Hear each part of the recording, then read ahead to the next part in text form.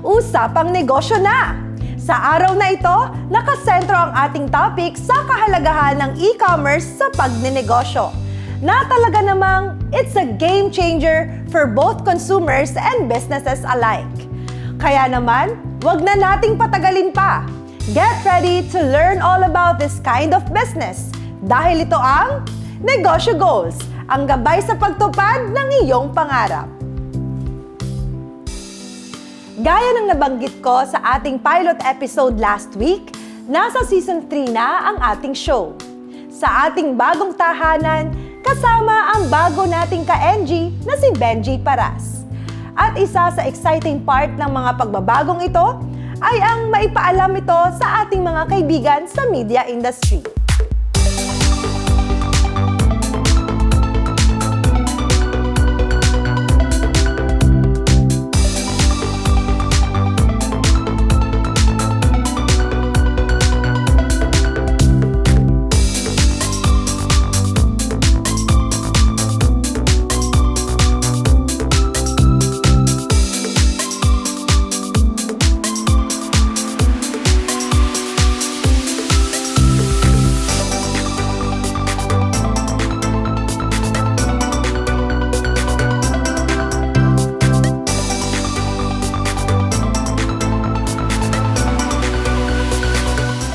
Negosyo Goals, Season 3 na! Tunay ngang malaki na ang development ng ating programa. Mostly sa part ko, mula sa pagiging segment host sa Season 1, naging show host sa Season 2, hanggang ngayon sa panibagong season, sa bagong tahanan, ang GTV. Kung saan, mas malawak na ang maaabot ng ating programa. Dagdag pa sa aming kasiyahan ang makasama ang bago nating ka-NG na si Benji Paras. Sa kanyang angking talento at mga ideya, on and off the camera, tiyak na magkakaroon din ng panibagong look ang ating programa. Siyempre, handa, hindi lang sa handa, very excited kasi ito is panibagong chapter na gagawin ko. First time na gagawin ko yung mag-interview, yung mayroong mga small businesses at yung mga lumago. It's going to be a learning process para sa akin. Ako rin yung matututo sa kanila. Miss A, Miss Ivy at sa lahat ng bumubuo ng Negosyo Goals, maraming salamat sa pagtanggap niyo sa akin. At I just hope na tumagal pa at dumami pa itong season natin ng Negosyo Goals. At para i-celebrate ang mga bago nating achievements, isang salo-salo ang inihandog ng Negosyo Goals family para sa ating mga kaibigan na ginanap kamakailan sa Cafe Chiquito sa Potrero, Malabon.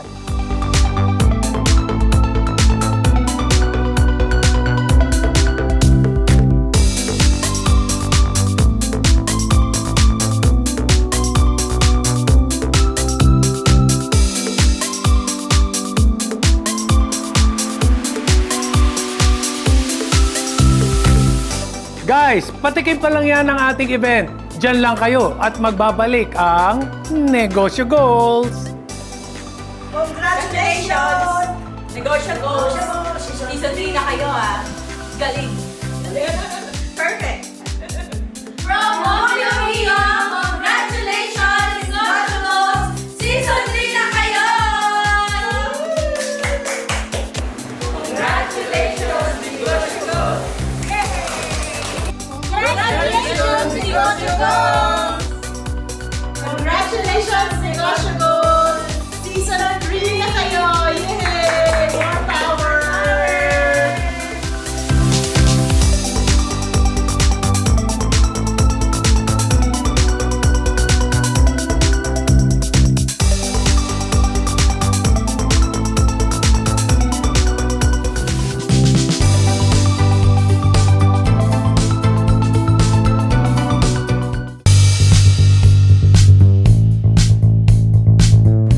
Welcome back! At nandito pa rin tayo sa media launch ng Negosyo Goals. At panoorin pa natin ang iba pang highlights ng event.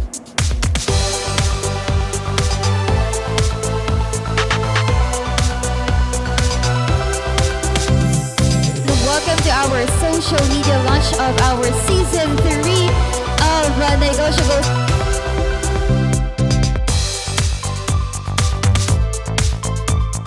seryoso, joke lang.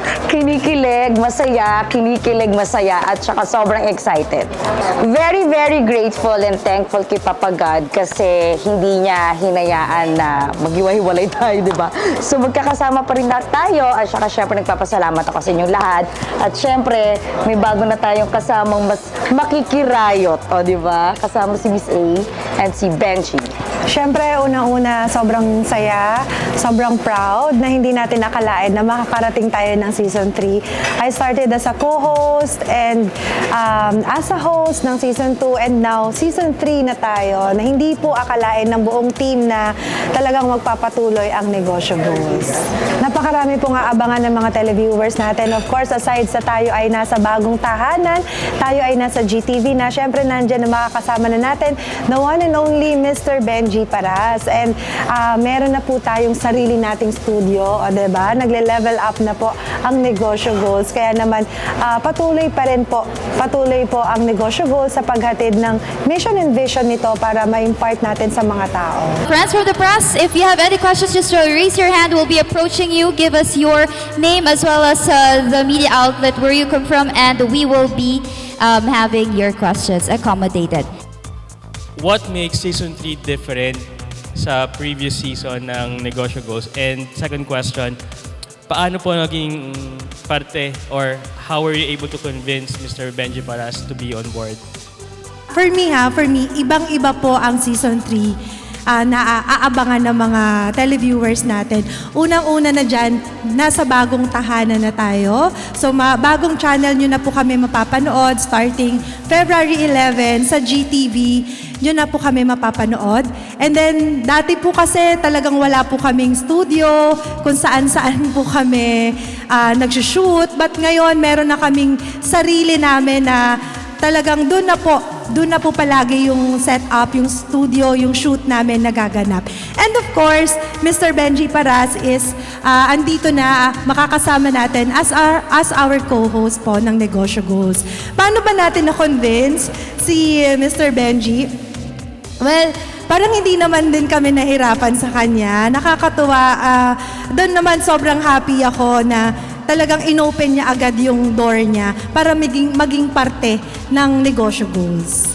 Hi, I'm Charmy Pagulang from Philippine Star. So, can you walk us through po kung paano niyo po pinili si Sir Benji as your co-host? Ano yung mga quality? Sige. Ako na lang sasagot since I'm the TV producer of Negosyo Goals. Well, of course, syempre, kailangan nating ipakilala kay Miss A yung gusto namin i-direct na konsepto for Season 3 because malaking move yung paglipat. Gusto naming balansehin yung show kasi syempre si Papa Bear, one of the thing na kinonsider kong siya, hindi kasi sapaw si Sir Benji, hindi rin siya kulang. Sobrang perfect yung timpla nilang dalawa, dynamic nila. So, nung nag-meeting kami sa bahay ni Miss A kasama si Direk, present namin sa kanya si Benj. Nakaano siya, big smile siya, happy agad siya, positive agad siya. Sabi niya, sige po, kunin natin si Benj, gusto ko rin siyang makasama. So, ganun tayo ka-purchase kay Miss A na syempre gusto natin ipaalam sa kanya kung magiging comfortable siya sa bagay na yon. Ganun siya. Thank you. Kay Sir Benji naman, Sir, ano po yung greatest learning you from your sports or showbiz career na nai-apply nyo rin po dito sa show? Actually, wala. No. Ang sa akin kasi, I started in basketball, which is very different from showbiz. So basketball, it's about self-discipline, tulog maaga, and proper diet. And sa showbiz kasi, laging, of course, yung work natin, puyatan, at siyempre wala sa oras yung kain. And yung nangyari lang dito is learning through experience. I am so very happy and very privileged na marami ako nakasamang mga veteranong artista na doon ako natuto nung nagkatrabaho kami. And also adding nung sinabi ni Miss Ivy na kung ba't ako yung pinili. Actually, 14 yung pinili nila, humindi. So ako yung umuo ng panlima. Ayun. So tapos nung nakita ni Miss A, okay yung budget nito. So okay na tayo. So yun lang po. Madalit salita, cheap po ako. You're so used to annotating basketball, di ba? Even up to now. Pero how does this TV hosting differ from annotating sports? Ito kasi ma'am, yung it's almost the same kasi yung annotating basketball naman, being an analyst, is kung ano yung nakikita ko doon, yun yung sasabihin ko about Exactly. basketball. And dito naman is kung ano yung tatanong ko, ano yung sasagot sa akin nung ini-interview. And of course, yung mga doon din ako nakakakuha ng yung second and third question para sa kanila. So, hindi ka ba nahirapan with this new venture ngayon na kasali ka na sa Negosyo Goals? Hindi naman po. Basta po may TF, okay po ako. Kahit ano po pagawa niyo sa akin. Kaya-kaya Ayan, po. alam mo na, Miss Ivy. Kay Miss A, do you have any dream guest among the celebrity entrepreneurs? Well, marami po eh. Marami naman pong, alam niyo po yung pag nabigyan po talaga ng pagkakataon. Pero yung sasabihin na, siguro po kung papalarin po, Madam Alice Eduardo. Kasi she's so humble. Na-meet ko lang din po siya the other night sa isang event. And alam niyo yung nakakatuwa na siya pa yung nag-congratulate sa akin for all the achievements. Sabi ko, ay, pinapanood pala ako ni Madam. Na-happy po ako na in spite of the, alam niyo yung estado niya sa buhay, she's very successful, she's really big. Pero napaka-down to earth pa rin po talaga. And she's really one of the inspirations po. How about yung mga artista na who are also entrepreneurs? Kung bibigyan man po ng pagkakataon na ma-interview po sila, sana mabigyan ng chance talaga. Hello mga kapuso, ini-invite ko po kayong manood Negosyo Goals Season 3 Tuwing linggo, 6:30 ng umaga sa GTV. Abangan nyo po ang Negosyo Goals at muli, ito pa rin po ang inyong Miss A, Ana Magkawas, ang inyong host para sa ating Negosyo Goals Season 3.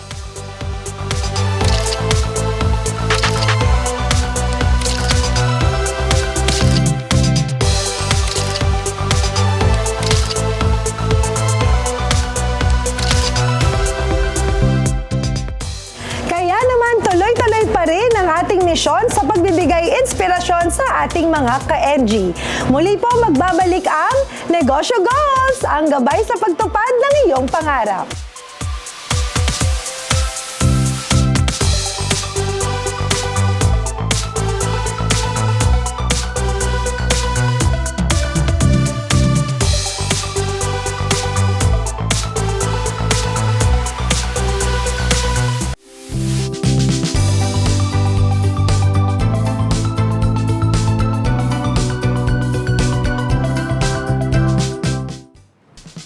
Alam naman natin that e-commerce is the buying and selling of goods and services over the internet. Sa panahon ngayon, talaga namang bahagi na ang paggamit nito sa anumang uri ng negosyo. Isa sa patunay ang ibabahagi namin ngayong umaga. Panoorin natin ang kwento ng isang Lux Beauty and Wellness Distributor mula sa Makati City. I am Salve Cafe, Provincial Distributor of Lux Beauty and Wellness, handling Makati City under NCR South. Before po ako naging online seller, nag-work po ako sa isang company, sa isang corporate world for 16 years. So I decided po na nag-resign after pandemic. Nung nakita ko po na yung baby ko, so wala pong nag-focus sa kanya para mag-alaga. And kailangan niya po ng special attention. So, kaya po ako nag-decide na siya muna yung priority ko. And at the same time, so habang nag-alaga po sa baby ko, nag-start po ako ng online selling. And that was the time po na nag-rent ako ng shop. So, eto po, so going to 3 years na rin po this June. Nakilala ko po si Luxlim kasi meron po kaming regular customer po sa shop na ang tanong po sa akin kung meron daw po kami skincare ni Miss Ana Magkawas. Nung nakita ko po na aside from dun sa skincare products ni Ma'am Ana, Meron pa po pala siya mga binibentang coffee, yung mga drinks. Unti-unti po, inaral ko yon. Nag-start po ako as reseller. Kaya sabi ko, dun muna ako sa kung ano yung kaya ko. And at the same time po, gusto ko muna itry yung product bago ko siya ibibenta. Para at least ako po mismo, meron akong feedback na ma-share po sa mga buyers namin. So that time po, tuloy-tuloy po yun. Nagbibenta ako, nagpupush ako sa Facebook Marketplace, sa mga buyers po namin sa shop. Until such time po na sabi ko, parang dumadami yung mga buyers namin ng Lux Slim and maganda yung potential ng brand na to. I think mga November, meron silang promo. Bumaba po yung entry. Sabi ko, parang chance ko na ata to. Parang gusto ko nang mag-entry nito. So, 75,000 po yun for subsidy distributor.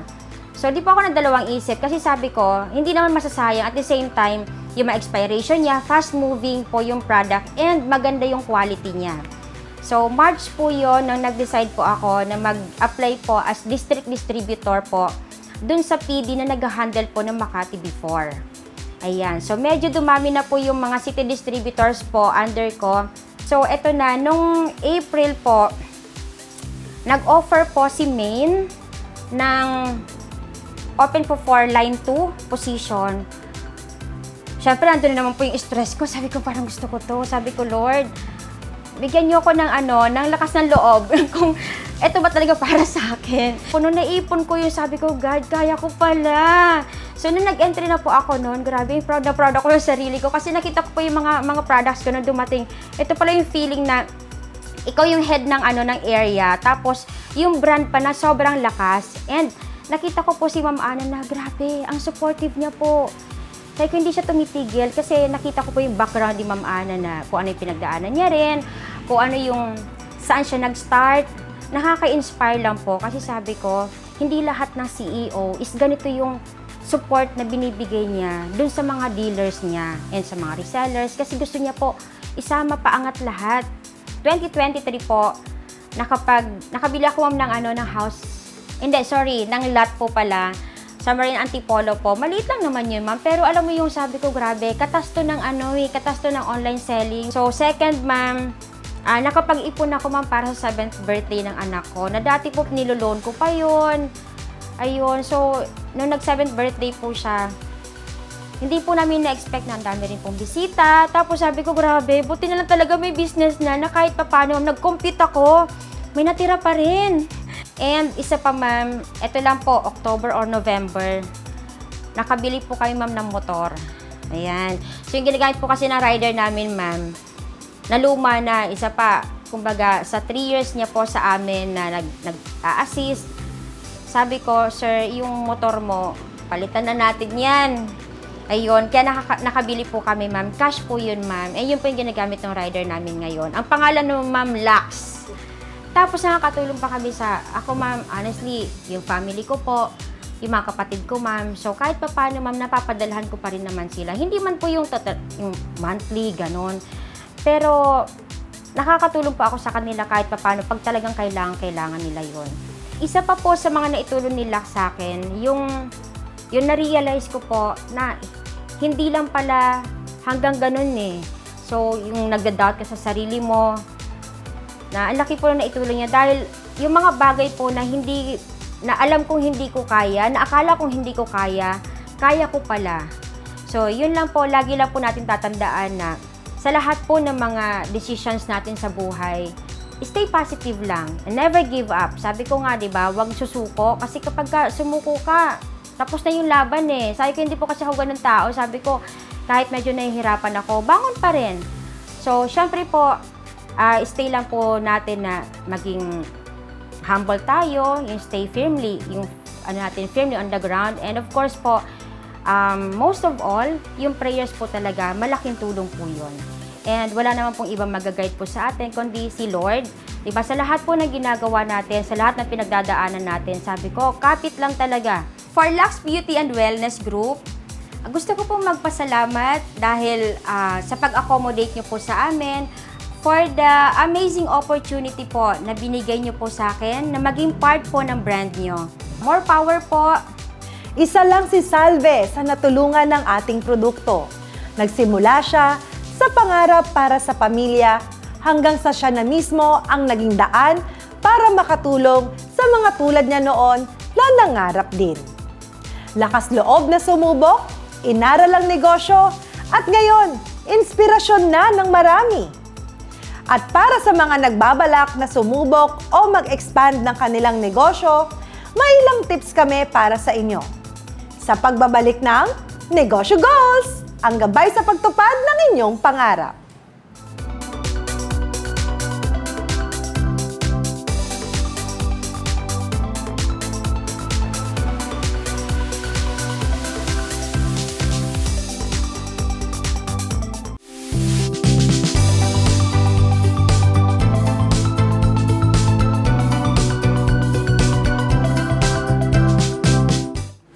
Masipag na online seller. Yan si Lovely Ann Rivera. Isa sa ating mga televiewers na nagbabalak palaguin palalo ang kanyang negosyo. Kaya naman, para bigyan siya ng ilang payo, makakasama siya ni Benji at ni Sir Ian Guanzon ng Global Dominion Financing Incorporated. Miss Lovely, kamusta ka na? Hello po, Sir Benji. Okay lang naman. Sa pag sinabi bang araw-araw, literal ba yun na Monday to Sunday pag sinabing araw-araw? Hindi naman po. Actually po, ang pagla-live selling ko po is 1 to 2 days lang po. After po nun, kinabukasan po, dinideliver ko din po. After ko ma-deliver lahat, ma-dispose, ayun po, bubukas ulit ako ng bagong pulto, tapos live selling po. Kamusta naman yung negosyo? Okay naman po as of now po. Talagang sa ukay negosyo, talagang kailangan lang po ng tiyaga. Tsaka kasi po, lalo ngayon po, napakadami na nagsubutan po ng ukay na ganyan. So, kailangan po diskartihan lang po ang papasok po dito sa mga online selling po. Tulad namin. At syempre, para sa ating financial advice, hindi mawawala ang ating kapartner from Global Dominion, Sir Ian Guanzon. Sir Ian? Okay, eto si Miss Lovely. Miss Lovely, ano pa ba ang kailangan nyo para doon sa negosyo na nasa tingin nyo matutulungan kayo ng Global Dominion?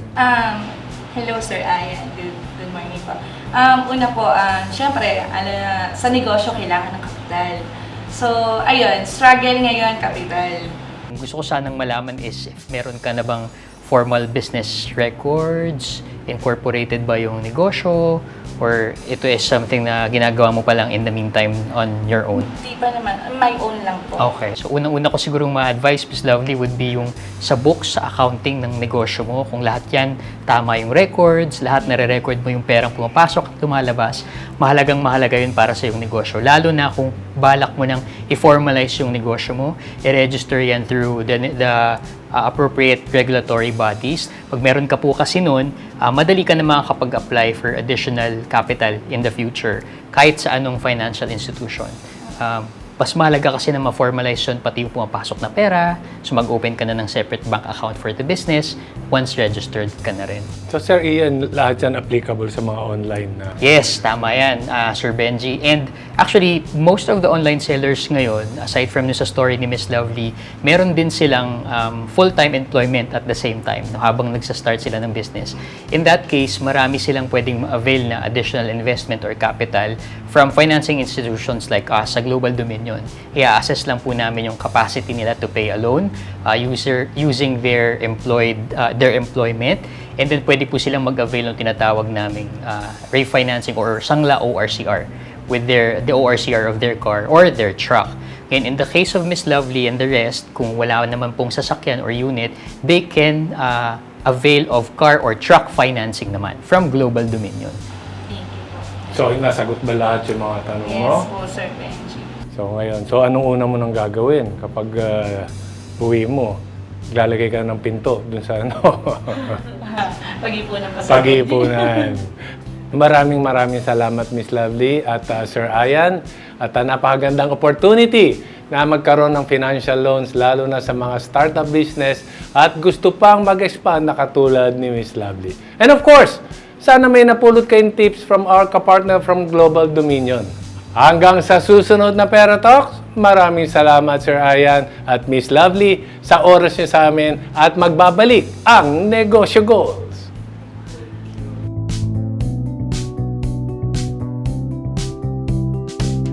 Negosyo Goals would like to thank LuxLip, Lux Skin, Global Dominion Financing Inc., Casa Acuna Staycation, Burst Creative Studio, Arke Customized Printing Services, Primero Clothing Enterprise, Miss February Closet, Habi ni Nona, Lozano's Kitchen, Cafe Chiquitos, Barapido Inc., Cake ni Maria, OMG Memories Photo Booth,